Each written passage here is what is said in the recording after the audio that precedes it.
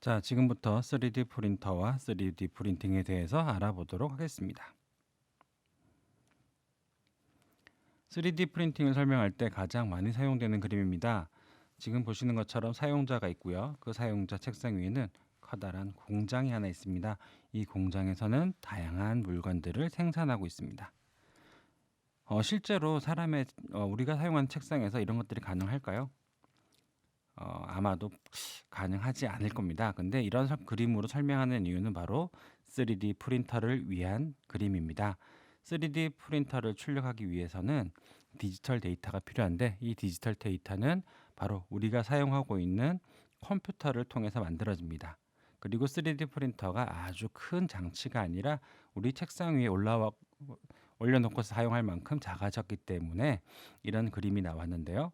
컴퓨터로 데이터를 만들고 3D 프린터로 출력을 하게 됩니다. 그러면 공장에 가는 것이 아니라 내 책상에서도 필요한 물건들을 생산할 수 있다라고 설명을 하기 위해서 사용된 그림입니다. 그래서 3차원 설계도를 바탕으로 입체적인 물건을 인쇄하는 모든 과정을 3D 프린팅이라고 합니다. 그리고 이때 사용되는 도구가 바로 3D 프린터입니다. 자, 그림에서 볼까요? 좀 불가능한 게 어떤 게 있을까요? 자동차는 조금 힘들지 않을까요? 너무 크니까요. 그 다음에 사람의 바이오라고 하죠. 사람의 장기라든지 이런 부분들은 어떻게 보면 우리가 일반적으로 사용하는 3D 프린터보다 훨씬 더 청결해야 되기 때문에 좀 힘들지 않을까 싶습니다. 그러나 의자라든지 작은 소품이라든지 이런 것들은 충분히 현재 우리가 사용하고 있는 3D 프린터로도 충분히 출력이 가능하다고 보여집니다. 그러면 3D 프린팅을 하기 위한 구성 요소라고 할까요? 자, 준비물들을 한번 보도록 하겠습니다.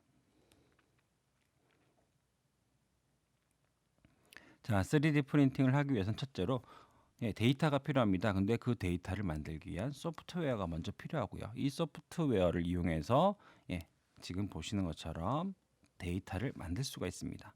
이 데이터를 바로 3D 프린터에 보내는 것이 아니라 G코드라고 하는 3D 프린터가 알 수 있는 데이터로 변환하기 위해서 슬라이스 프로그램이라고 하는 프로그램을 통해서 G코드를 생성하고 이 생성된 G코드를 바로 3D 프린터로 보내주어야지만 출력이 가능합니다.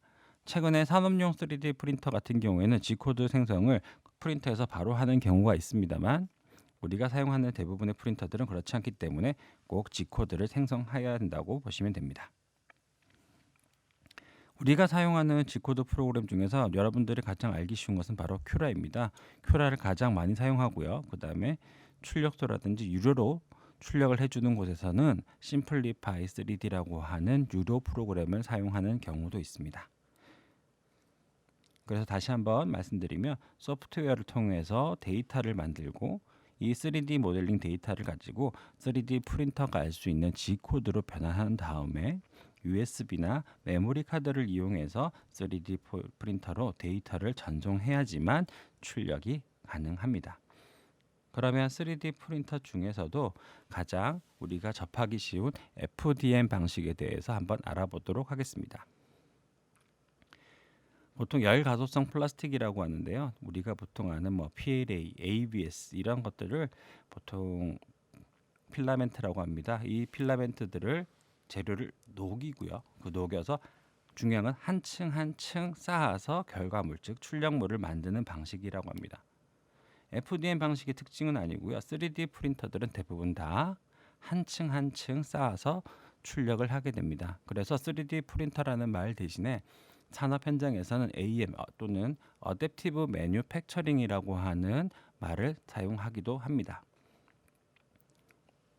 지금 보시는 것처럼 필라멘트가 이렇게 들어갑니다. 이렇게 들어가는 과정에서 필라멘트는 대부분 한국에서는 1.75 mm 필라멘트를 사용하고요. 이 1.75 mm 필라멘트가 노즐을 통해서 이렇게 나올 때는요. 0.4 mm를 노즐을 가장 많이 사용합니다. 그래서 0.4mm로 노즐로 한 층 한 층 한 층 지금 보시는 토끼 그림처럼 이렇게 한 층 한 층 한 층 한 층 이렇게 그림 쌓아가다 보면 이렇게 토끼 모양이 나오게 됩니다. 그래서 적층 제조라고도 합니다. FDM 방식에서 기억하셔야 될 것은 바로 이 필라멘트를 녹이는 온도입니다. 보통 PLA 같은 경우에는 한 190에서 220도 정도에 많이 사용하고요. 대신에 ABS라고 하는 재료는 230도에서 250도인 경우가 가장 많습니다. 그 외 특수 필라멘트는 제조사에서 권장하는 온도를 꼭 확인하셔야 되고요. 출력 중간에 이 출력물이 떨어지면은 출력이 실패하게 되죠. 그래서 보통 프린팅 베드의 히트베드라고 합니다. 히트베드에서는 히트베드를 사용해서 쉽게 말하면 전기장판입니다. 출력하는 동안에 출력물이 떨어지지 않게 열을 이용해서 잡아주고 있는데 ABS나 PLA에 따라서 동일한 온도가 아니라 PLA 같은 경우에는 70도 정도를 많이 사용하고요. ABS 같은 경우에는 100도에서 120도 정도를 많이 사용합니다. 물론 사용하는 특수 필라멘트 같은 경우에는 또 달라지기 때문에 꼭 확인이 필요합니다. FDM 방식을 다시 한번 설명드리면 필라멘트라고 하는 열 가소성 플라스틱을 녹여서 한 층 한 층 모양을 만드는 것이라고 보시면 되겠습니다. 다음은 DLP 방식이라고 합니다. 우리가 아는 빔 프로젝트 학교에 있죠. 또 사무실에서 많이 사용하는 DLP 프로젝트를 이용해서 빛을 쏘아서 그 빛이 닿는 곳만 이렇게 형상이 굳어집니다. 이때 사용하는 재료는 필라멘트가 아니라 광경화성 수지 또는 레진이라고 보통 많이들 이야기하는데요. 광경화성 수지에 빛이 닿으면 그 빛이 닿는 부분만 지금 보시는 것처럼 이렇게 굳어지면서 형상이 만들어지는 방식입니다. SLA 방식과 많이 혼돈을 하는데 DLP 방식은 우리가 사진을 보는 것처럼 한 장 한 장의 사진을 빛을 쏘기 때문에 보통 전사 방식이라고도 많이 합니다. 그럼 유사한 방식인 SLA 방식에 대해서 알아보겠습니다. SLA는 DLP 방식처럼 빔 프로젝트를 이용하는 것이 아니라 레이저를 이용합니다. 그래서 그 레이저 빛의 굵기에 따라서 정밀도가 달라지는데요. 이때 사용하는 재료도 동일합니다. 광경화성 수지를 이용해서 레이저가 닿는 부분만 형상이 굳어지게 되어 있습니다. 자, DLP 방식과 SLA 방식이죠. 두 개의 차이점이 가장 큰 차이점은 출력 시간이라고 볼 수 있습니다. 전사 방식이기 때문에 DLP가 훨씬 더 빠르고요. 대신에 정밀도는 SLA에 비해서 떨어집니다. 대신에 SLA는 레이저를 사용하기 때문에 아주 정밀한 제품, 또 작고 정교한 제품을 만들 수 있는 대신에 FDM 방식처럼 모든 걸 직접 움직이면서 형상을 만들기 때문에 시간이 훨씬 더 많이 걸린다고 볼 수 있습니다.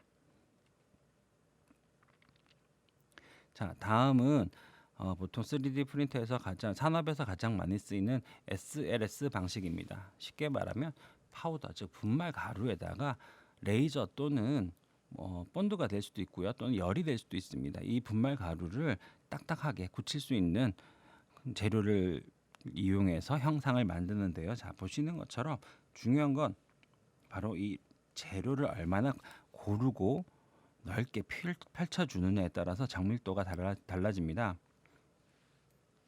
지금 보시면 아주 얇게 되어 있고요. 그 다음에 재료가 여기 보시면은 출력물이 숨어 있습니다. 자, 여기 보실까요? 토끼 모양이 있지만 이 토끼가 SLS나 DLP, FDM처럼 바로 보이는 것이 아니라 한 층 한 층 가루가 층을 쌓으면서 거기에서 필요한 부분만 굳어지다 보니까 이렇게 숨어 있죠. 숨어 있기 때문에 출력이 끝나고 나서는 분진 마스크라든지 미세먼지에 대한 가루에 대한 대책을 세우고 나서 출력물을 찾아야 됩니다. 그래서 지금 보신 것처럼 SLS, DLP, SLA 또는 FDM 방식 이 네 가지를 가장 많이 하고요.